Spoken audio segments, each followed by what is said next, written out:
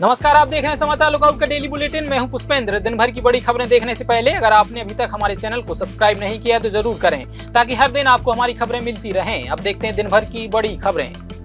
नेपाल के पूर्व प्रधानमंत्री केपी शर्मा ओली और पूर्व गृह मंत्री रमेश लेखक को पुलिस ने शनिवार सुबह गिरफ्तार कर लिया। यह गिरफ्तारी पिछले साल हुए जेएनजी प्रोटेस्ट के मामले में हुई। बालेन शाह के नए प्रधानमंत्री की शपथ लेने के दूसरे दिन ही गिरफ्तारी कर ली गई। पुलिस के अनुसार ओली को शनिवार सुबह भक्तपुर के गुंडू स्थित उनके घर से पकड़ा गया। वहीं रमेश लेखक को सुबह करीब 5 बजे सूर्य विनायक से गिरफ्तार किया गया।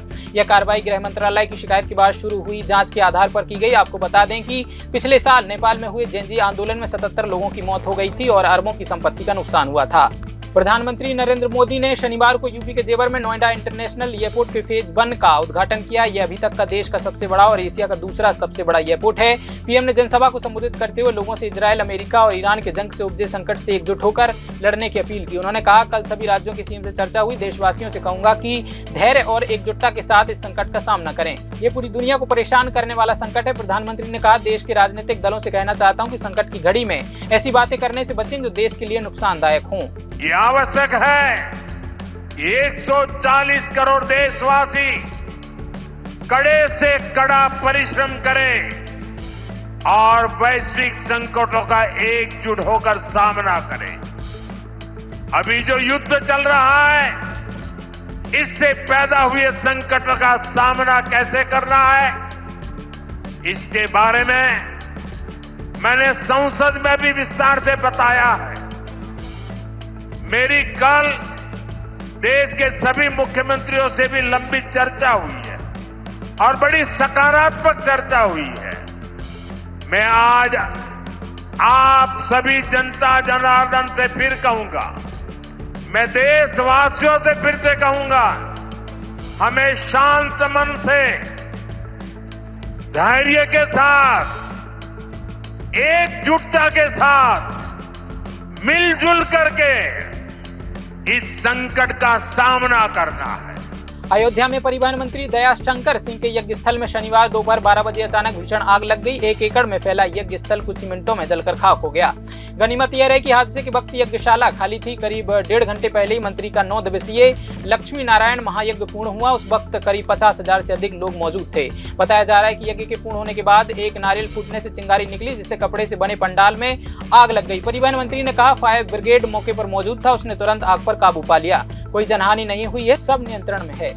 मध्य प्रदेश में धर्म परिवर्तन और आरक्षण को लेकर सियासत तेज हो गई। राज्यसभा सांसद सुमेर सिंह सोलंकी के बयान पर मंत्री विश्वास सारंग ने समर्थन देते हुए इसे सुप्रीम कोर्ट की भावना के अनुरूप बताया। वहीं नेता प्रतिपक्ष उमंग सिंघार ने सरकार पर निशाना साधते हुए इसे मुद्दा भटकाने की राजनीति कहा। उन्होंने कहा कि धर्मांतरण रोकना सरकार की जिम्मेदारी है। अब सवाल उठ रहा है कि क्या धर्म परिवर्तन के बाद भी SC/ST आरक्षण जारी रहना चाहिए, जिस पर प्रदेश में बहस तेज हो गई है।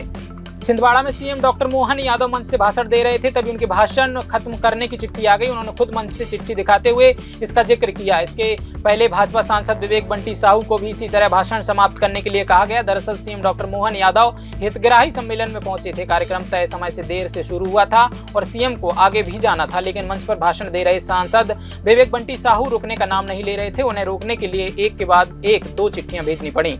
इस पर सांसद ने कहा, मुख्यमंत्री जी, आपने इतना सब कुछ दे दिया है, फिर भी ये दिल मांगे मोर। आईपीएल क्रिकेट का 19वां सत्र आज शाम बेंगलुरु में शुरू होगा। उद्घाटन मैच में मौजूदा चैंपियन रॉयल चैलेंजर्स बेंगलुरु का सामना सनराइजर्स हैदराबाद से एम चिन्नास्वामी स्टेडियम में होगा। यह मुकाबला शाम 7:30 बजे से खेला जाएगा। 2 महीने चलने वाला यह टूर्नामेंट 31 मार्च तक चलेगा। बेंगलुरु की टीम अपने घरेलू मैदान पर नए कप्तान रजत पाटीदार की अगुवाई में खिताब बचाने उतरेगी। सनराइजर्स हैदराबाद की कप्तानी कार्यवाहक कप्तान ईशान किशन करेंगे, जिन्होंने ऑस्ट्रेलियाई तेज गेंदबाज पैट कमिंस के चोटिल होने के बाद टीम की कमान संभाली है। सराफा बाजार में निवेश करने वालों और शादियों के सीजन के लिए खरीदारी की योजना बना रहे लोगों के लिए शनिवार को चौंकाने वाली खबर सामने आई है। शुक्रवार शाम तक जहां सोने चांदी के भाव में नरमी देखी जा रही थी और कमोडिटी बाजार मामूली उतार चढ़ाव के साथ बंद हुए थे, वहीं जब हम और आप सो रहे थे तब अंतर्राष्ट्रीय बाजार में कीमती धातुओं की कीमतों में जबरदस्त बढ़त देखने को मिली। ग्लोबल मार्केट यानी कॉमेक्स पर सोना और चांदी रातों रात करीब 3% तक उछल गया। हालांकि दिल्ली और अन्य शहरों में सोना चांदी के दाम कम हो गए हैं। समाचार लुकआउट की इस बुलेटिन में आज इतना ही। वीडियो पसंद आए तो लाइक कीजिए, शेयर कीजिए और हर छोटी बड़ी खबरों से अपडेट रहने के लिए हमारे चैनल समाचार लुकआउट को सब्सक्राइब जरूर कीजिए। कल फिर हाजिर होंगे दिन भर की बड़ी खबरों के साथ, क्योंकि जहां खबर वहां नजर। नमस्कार।